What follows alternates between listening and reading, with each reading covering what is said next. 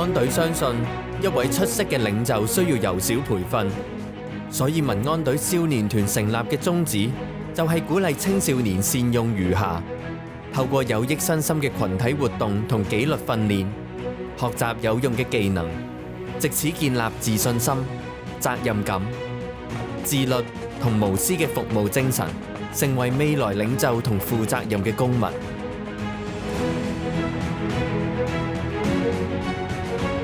現時，民安隊少年團有約4000名年齡介乎12至17歲嘅少年團員。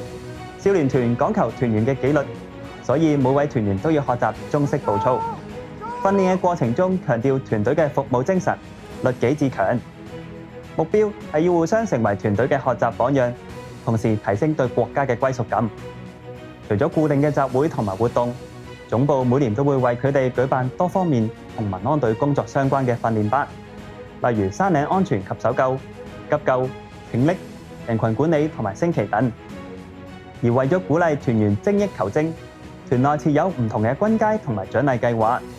團員喺唔同嘅階段都有唔同嘅責任同埋義務，學習點樣為同伴組織同埋策劃有意義嘅活動，培養正向思維、領導才能及團隊合作精神，增進人與人之間嘅相處技巧，為將來投身社會作好準備。少年團裏邊有唔同類型嘅活動，仲會認識到好多嘅隊友，大家都喺過程入邊學習溝通，有所成長。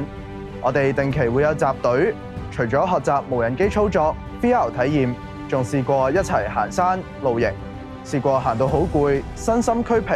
不過組員之間會互相鼓勵，令大家一直堅持。呢個過程正正激發到我嘅鬥志同毅力，亦都體會到團隊精神嘅重要性。訓練我嘅領導才能，加強我嘅溝通技巧。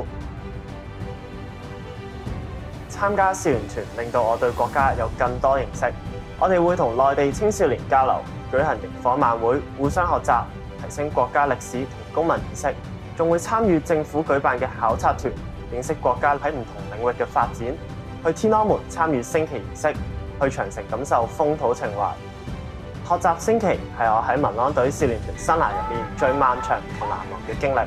記得啱啱開始轉用中式升旗儀式嗰陣，由口令到行進節奏、立正、敬禮嘅角度，所有嘢都一絲不苟，所有嘢都要重新學習。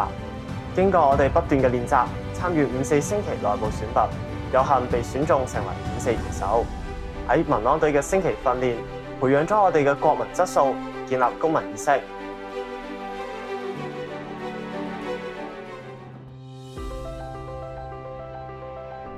民安處社區教育組向民安隊以外嘅青少年，包括多元種族青少年提供培訓。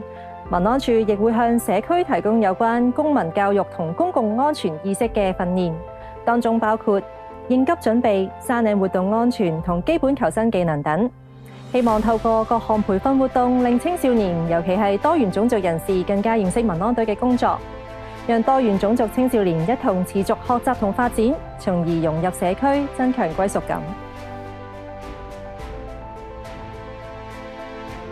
我哋都會走入人群，服務社會。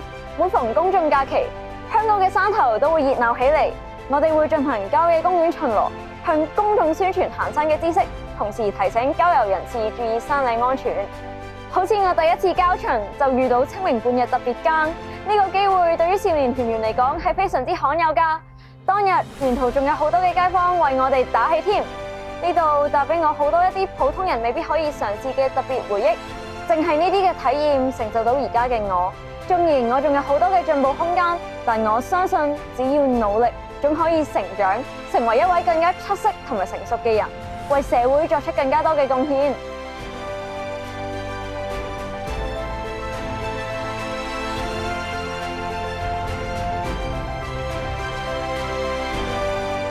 加入我哋，成為民安隊少年團員，一齊為社會服務。我哋等緊你。